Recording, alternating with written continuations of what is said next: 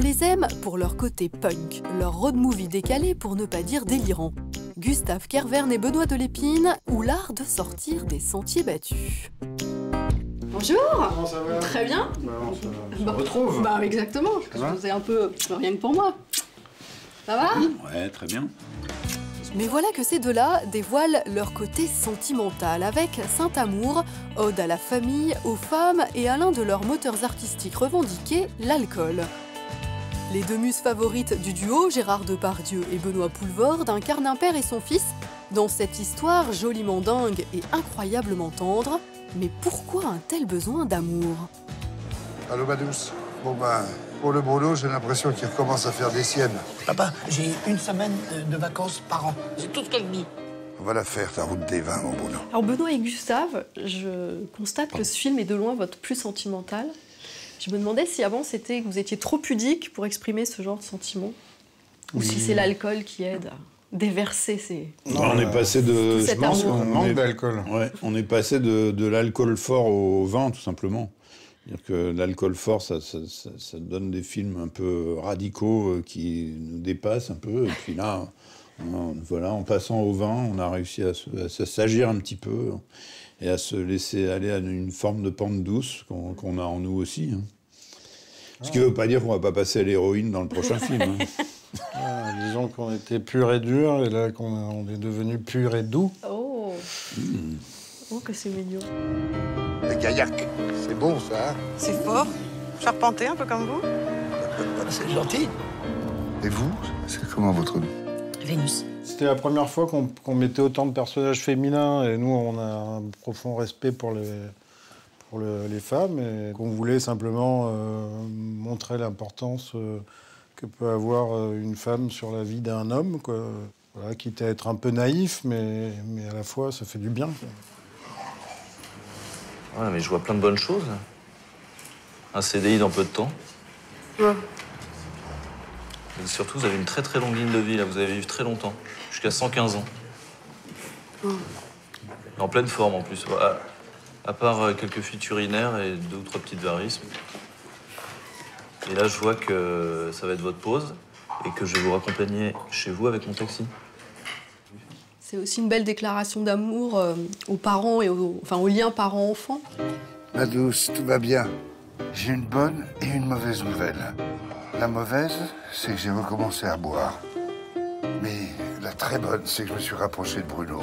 Il faut vraiment dire qu'on sortait d'un film Near Death Experience, enfin une superbe expérience d'ailleurs, avec Michel Houellebecq dans la montagne, mais ça parlait beaucoup de la mort et d'un retour sur la vie. Enfin, ça aurait pu être notre dernier film quelque part. Enfin, c'était... Vu le nombre de spectateurs, ça aurait pu être...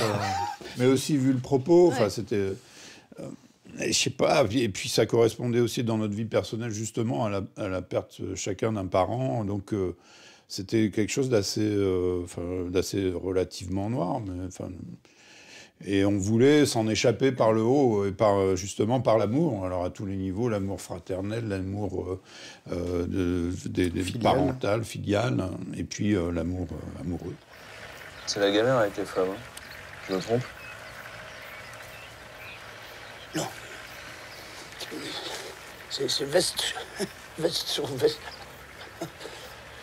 Non, ça marche pas très bien. Moi, je suis un peu... Je suis maudit, quoi. J'ai même pensé à la castration chimique, c'est pour te dire. Les scènes d'amour, vous les avez appréhendées comment?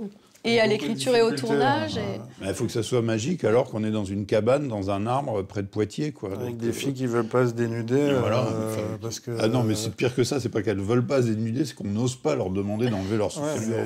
donc personne ne se parle vraiment, on essaie de faire comprendre qu'il faut enlever peut-être un soutien-gorge, mais on n'ose pas demander.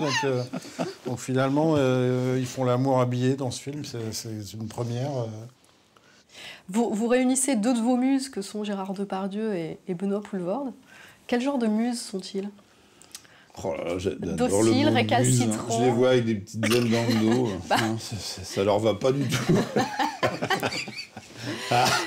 Non, mais pourquoi ils Mais non, mais déjà, écrire en pensant à eux, ça change déjà la donne, quoi. Il n'y a pas beaucoup de scénaristes qui ont la certitude d'avoir tel ou tel acteur pour jouer, pour jouer dans les histoires qu'ils sont en train d'écrire. Donc ça, c'est génial, quand même. Et ça peut faire décoller nos textes aussi. Hein. Et eux, ils vous disent pourquoi ils reviennent sans cesse? Qu'est-ce qu'ils trouvent chez vous deux qui trouvent pas Je pense une certaine liberté, parce que nous, on est patients, on attend que les fous rires se calment, on attend les bonnes dispositions. On n'a pas, je dis pas qu'on a le temps, mais on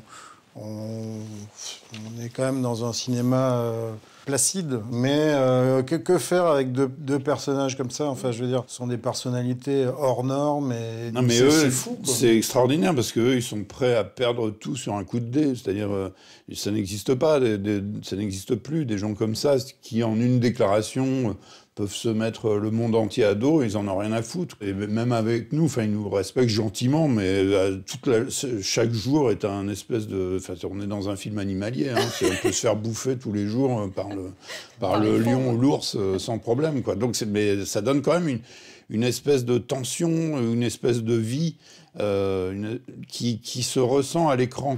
Chaque année, on fait la route des vins, mais sans sortir du salon. Et chaque année, on change de route? Voilà, et cette année, on a décidé de commencer par l'Est. C'est ma chance. Et croyez-moi, il vaut mieux nous avoir au début qu'à la fin. Bon, vous voulez un verre de vin, quoi? Comment? Les volontiers. Hein?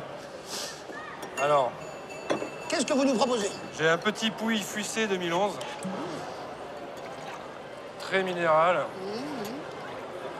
C'est quelque chose qu'il faut prendre le temps, il faut le déguster. Vous avez besoin de quoi pour vous sentir bien? Moi, j'ai besoin de savoir Benoît en forme. Hein, déjà. On se regarde et puis on se dit, bon... Non, mais ça, c'est un truc qui fait quand même notre force. C'est que c'est aberrant, mais on est sûr d'y arriver, quoi. Puisque, de toute façon, si on n'a pas l'idée, l'autre l'aura, donc on va y arriver. Vous vous dites souvent à l'un à l'autre que vous vous aimez? Pas assez, hein, enfin... Ouais, non, mais moi aussi, je voulais te le dire. Cette émission sur OCS pour te dire que je t'aime. Mais c'est vrai, on se le dit pas assez, puis après on va mourir, on se le sera jamais dit. Donc au moins je te l'aurais dit là. Une déclaration à peine assumée pour ces deux pudiques, qui avouent avoir eu envie, avec ce film, de signer une œuvre populaire pour toucher un large public. Et oui, le besoin d'amour, encore et toujours.